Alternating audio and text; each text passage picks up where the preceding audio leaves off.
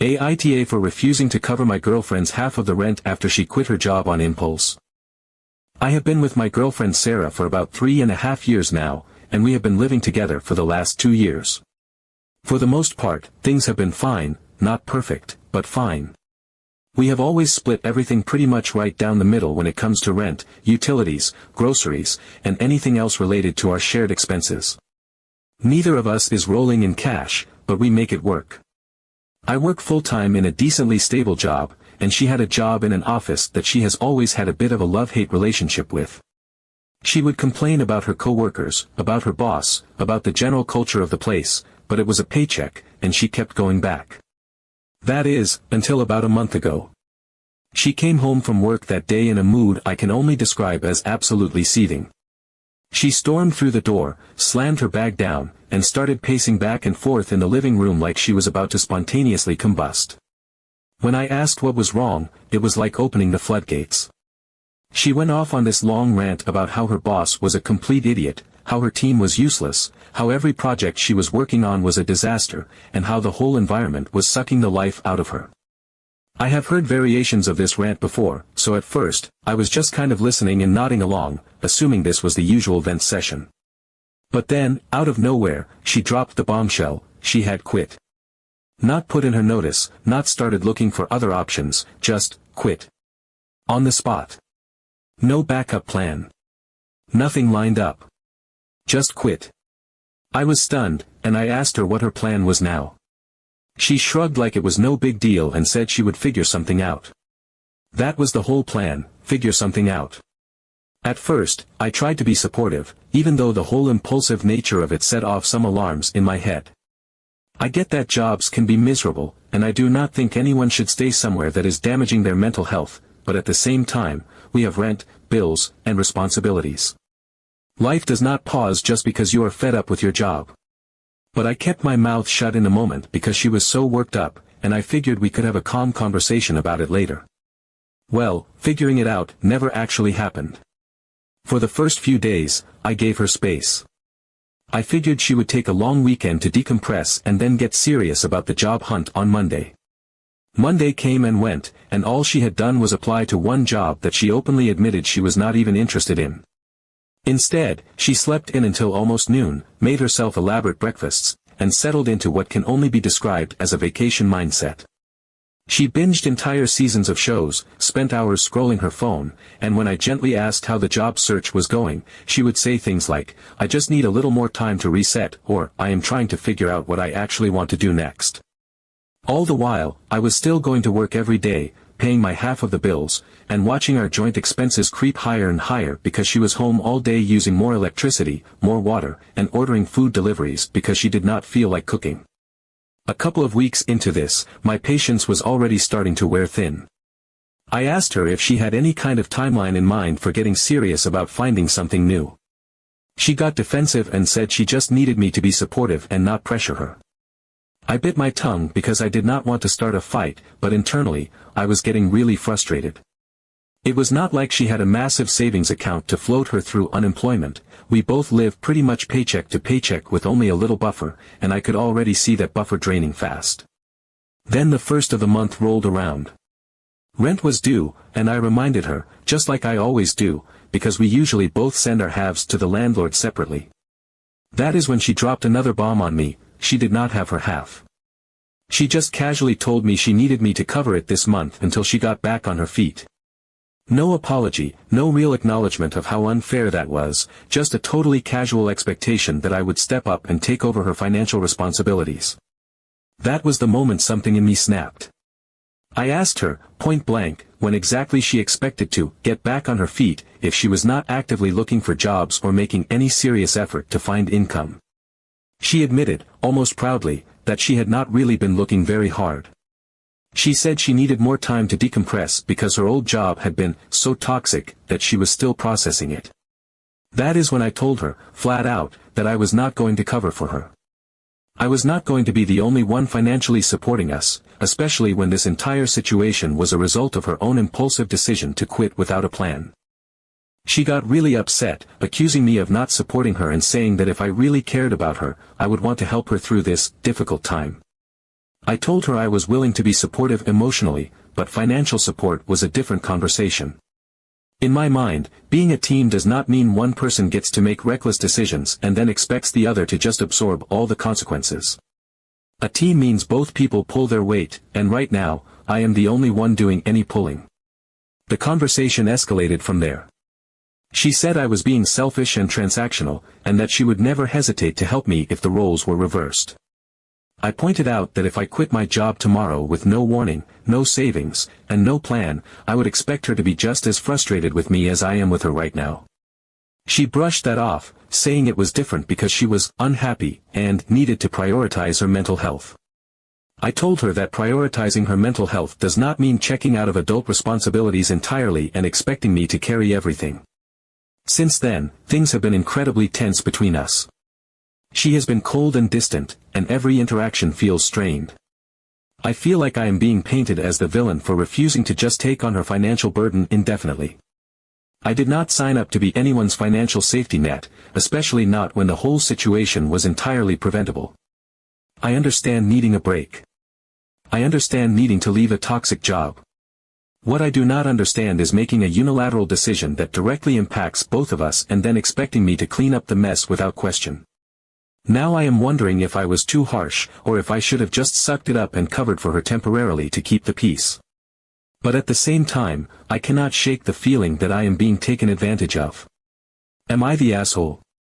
Update 1. After I wrote my original post, I spent a lot of time thinking about everything. The tension in the apartment was thick enough to cut with a knife, and honestly, I was exhausted. Every conversation with Sarah felt like walking into a minefield. One wrong step, one offhand comment about money, work, or anything remotely related to adult responsibilities, and she would either snap at me or withdraw completely. But underneath all of that frustration, there was still a part of me that wanted to fix this. I didn't want our relationship to become a constant battle over money and resentment. We were supposed to be partners, and even though I was angry, I still felt like if we were in this together, we should at least try to work through it together. So I decided to be proactive. If Sarah wasn't going to take the lead in figuring out her next steps, then I would at least try to help her get started. One evening after work, I sat down with her old resume, if you could even call it that, since the last time she touched it was years ago, and I rebuilt it from scratch. I added in all her recent experience, polished up the descriptions to make them sound more professional, and made sure it was actually formatted in a way that wouldn't make recruiters' eyes bleed. Then I went into her long-forgotten LinkedIn account, updated her work history, added some skills, filled in her profile photo, and even connected her with a few people from her old jobs. I doubt she had even logged into LinkedIn more than once or twice in the last few years, and the state of her profile made that pretty obvious. I didn't stop there. I set her up on several job search sites, created profiles for her, uploaded her resume, and even customized a few saved searches so she could get alerts for jobs that actually matched her skills. I was trying to make it as easy as possible for her. All she would have to do was check her email and click apply. I really thought this would help.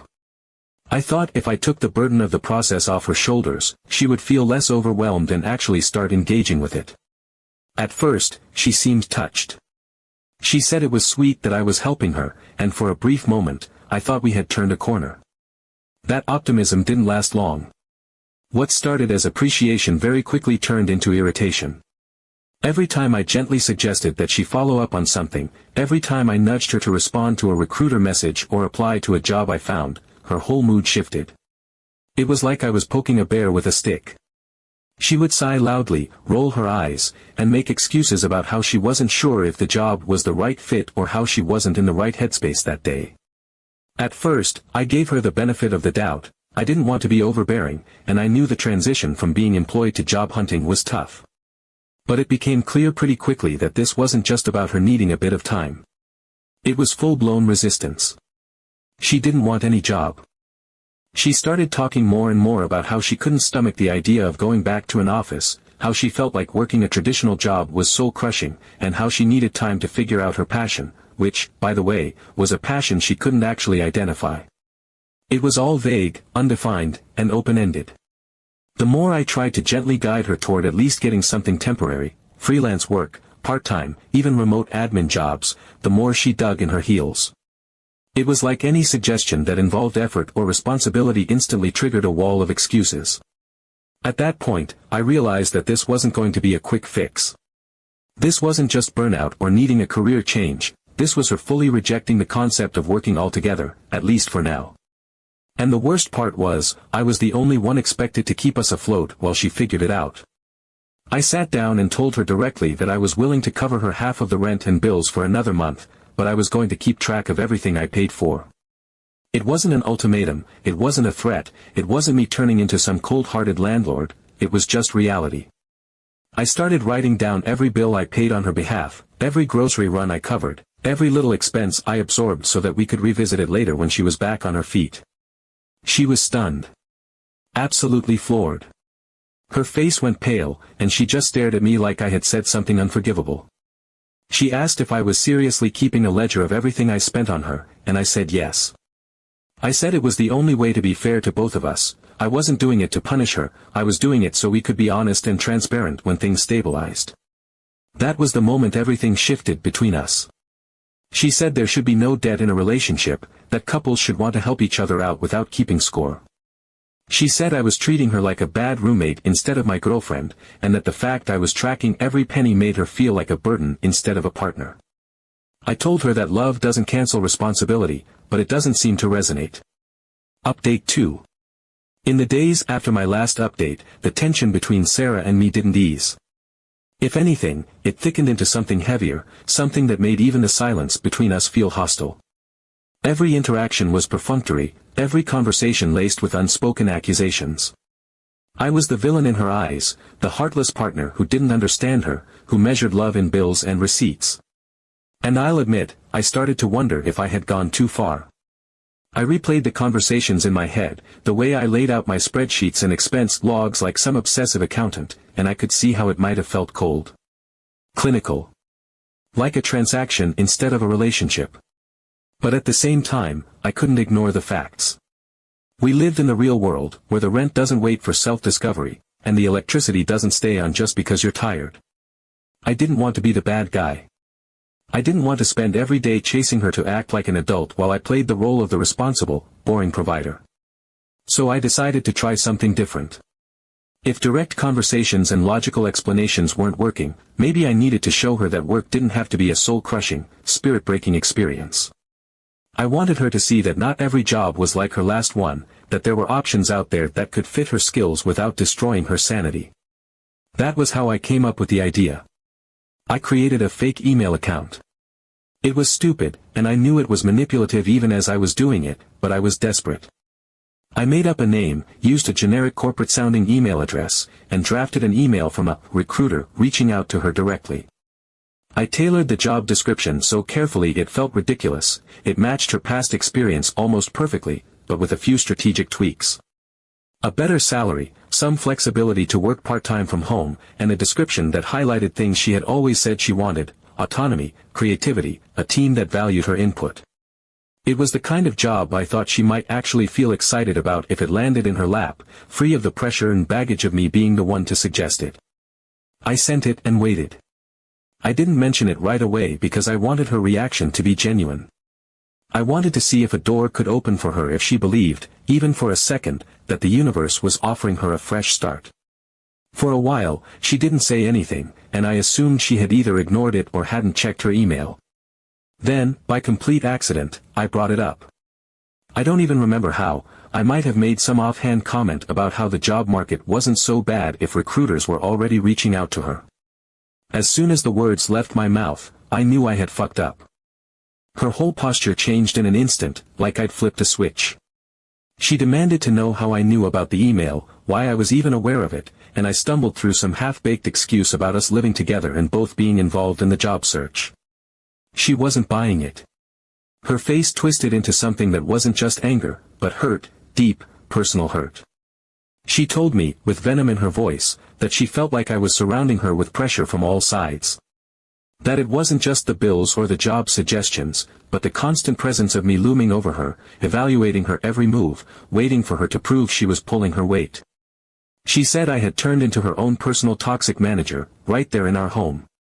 She said she felt watched, monitored, and graded, like her existence had become a performance review and I was holding a clipboard with all her failures marked down in neat little bullet points.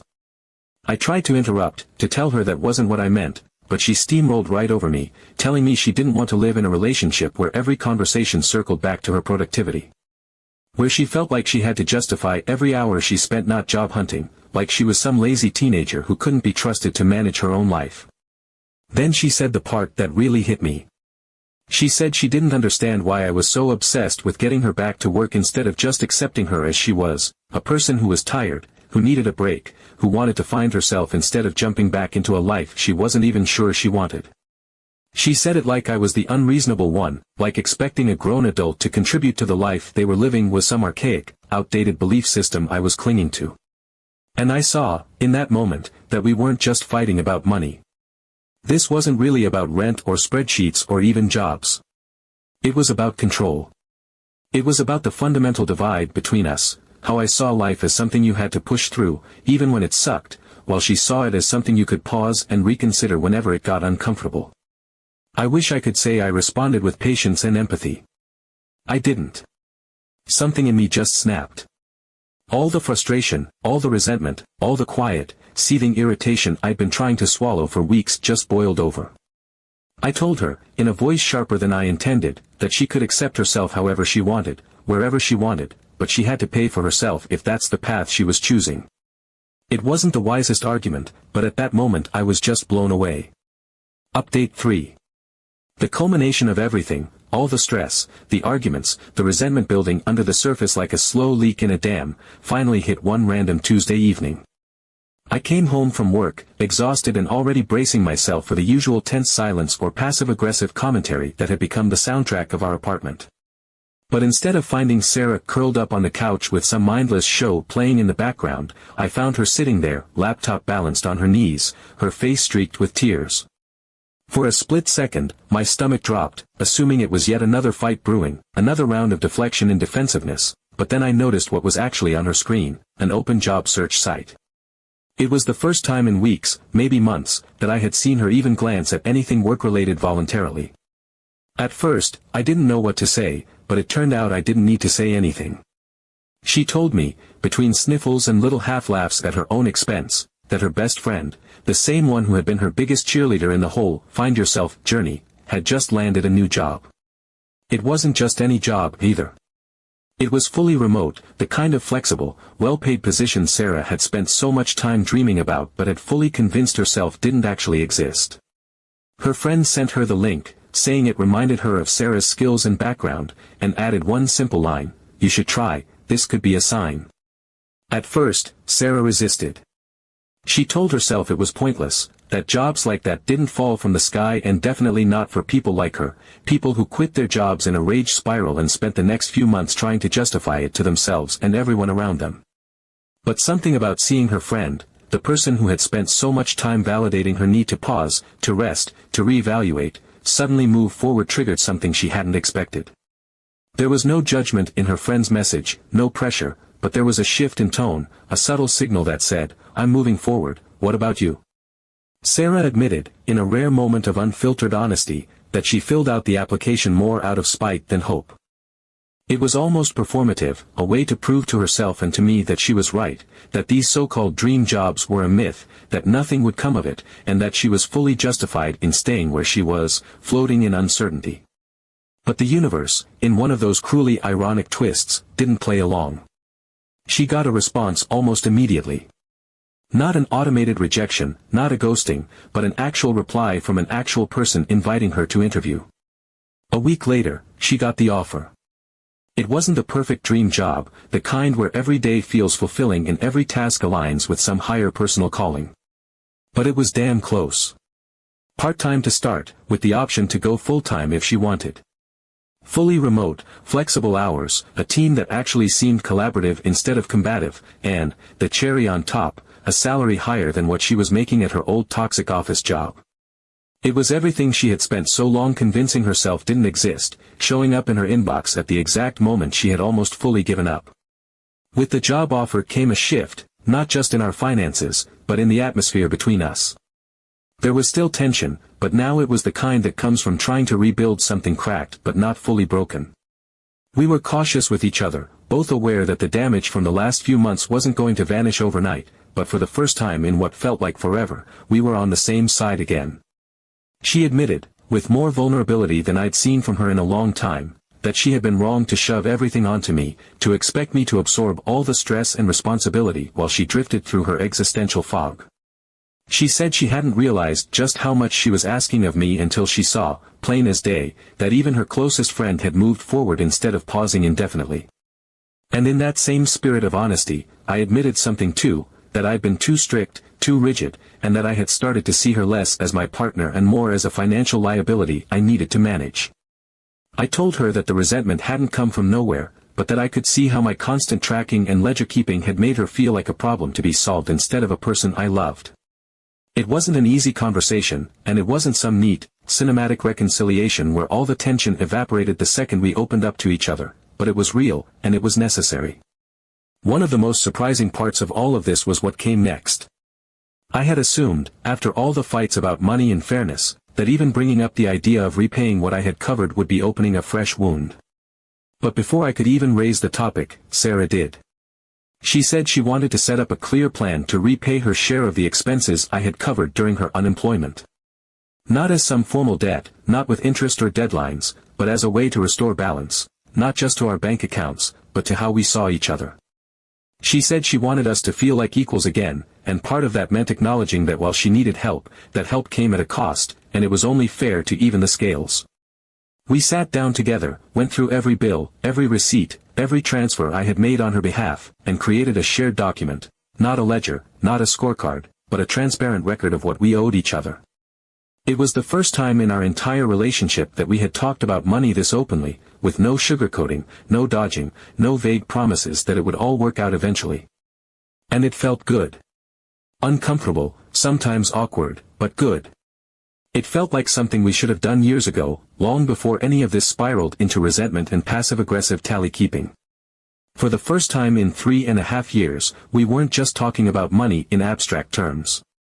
We were talking about our future, how we wanted to handle emergencies, how we wanted to make decisions together instead of in isolation, and how we could avoid ever ending up in a situation where one of us felt completely alone in the face of shared responsibility. It's not perfect now, and it probably never will be, but there's a sense that we've both seen the ugliest, most selfish versions of each other and still decided to stay. That counts for something. I hope it stays that way.